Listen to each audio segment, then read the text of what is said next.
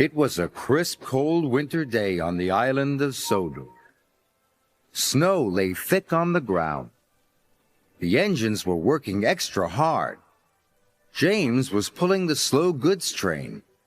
He had stopped at a signal. Percy pulled up alongside carrying the mail. "Hello, James," said Percy. Then the signal changed to green. "Goodbye, James," whistled Percy, and he was off in a flash. "I was here first," grumbled James. "Why do I have to wait?" "The mail train is more important than slow goods," said his driver. Later, when James stopped for water, Thomas was already in front of him.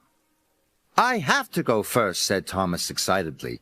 "I am a guaranteed connection." "Everyone has a more important job than me," grumbled James. "Nonsense," said Thomas. "Everyone knows you're a really useful engine." But James wanted to be an important engine, too. Later that day, Sir Topham Hatt came to see James. "You must take coal to all the stations on the island," he boomed. "If the fires in the waiting room go out, the passengers will get cold and complain." "It is a very important job," he added. "You can rely on me, sir," said James proudly. Sir Topham Hatt left. James was excited. "An important job," he said happily. "Phew!" sniffed Gordon. "It's only a load of coal, after all." "Nonsense," snorted James. "I am going to keep the passengers warm. What could be more important than that?" And he wheezed over to the water tower.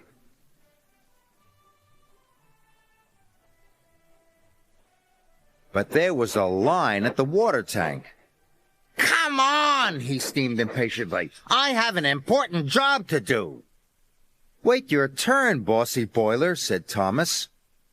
James felt too important to wait, so he didn't.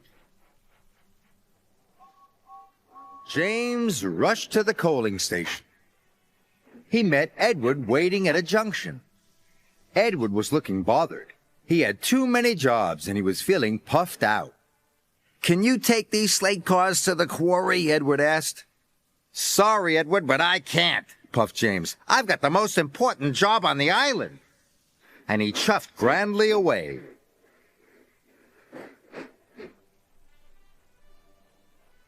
James arrived at the coaling station.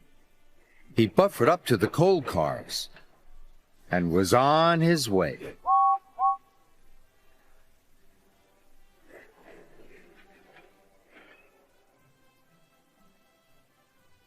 James was looking forward to delivering his coal. "Now I'm useful and important," he chuffed happily. Then there was trouble. James puffed harder and harder. He went faster and faster. And then he began to feel hotter and hotter. "I don't feel well," wailed James. And he had to stop.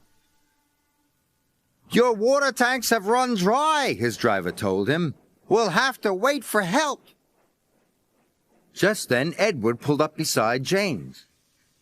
"Please push me to the water tank," pleaded James. "I'm sorry," Edward puffed sadly. "You wouldn't take my freight cars to the quarry, and now I'm running late with my passenger train." And Edward steamed away.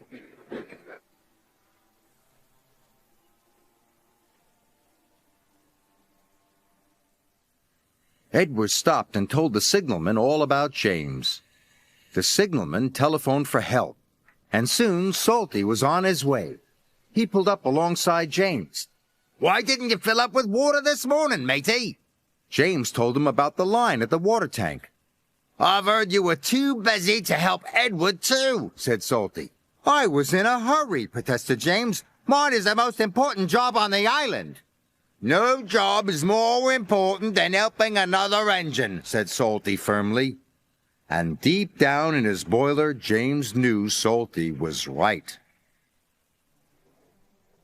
Thanks to Salty, James's water tank was soon filled and he was well on his way. He knew he had to make up for lost time. Then James saw Diesel up ahead. He had broken down and looked unhappy. James wanted to tease him, but then he remembered what Salty had said. "No job is more important than helping another engine," he said to himself. "And even Diesel is an engine. Come on, Diesel, I'll push you back to the sheds."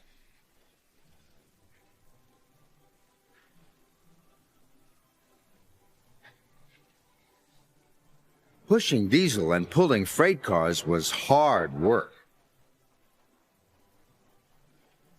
At last, James got Diesel to the repair yard, but he still had to deliver his coal.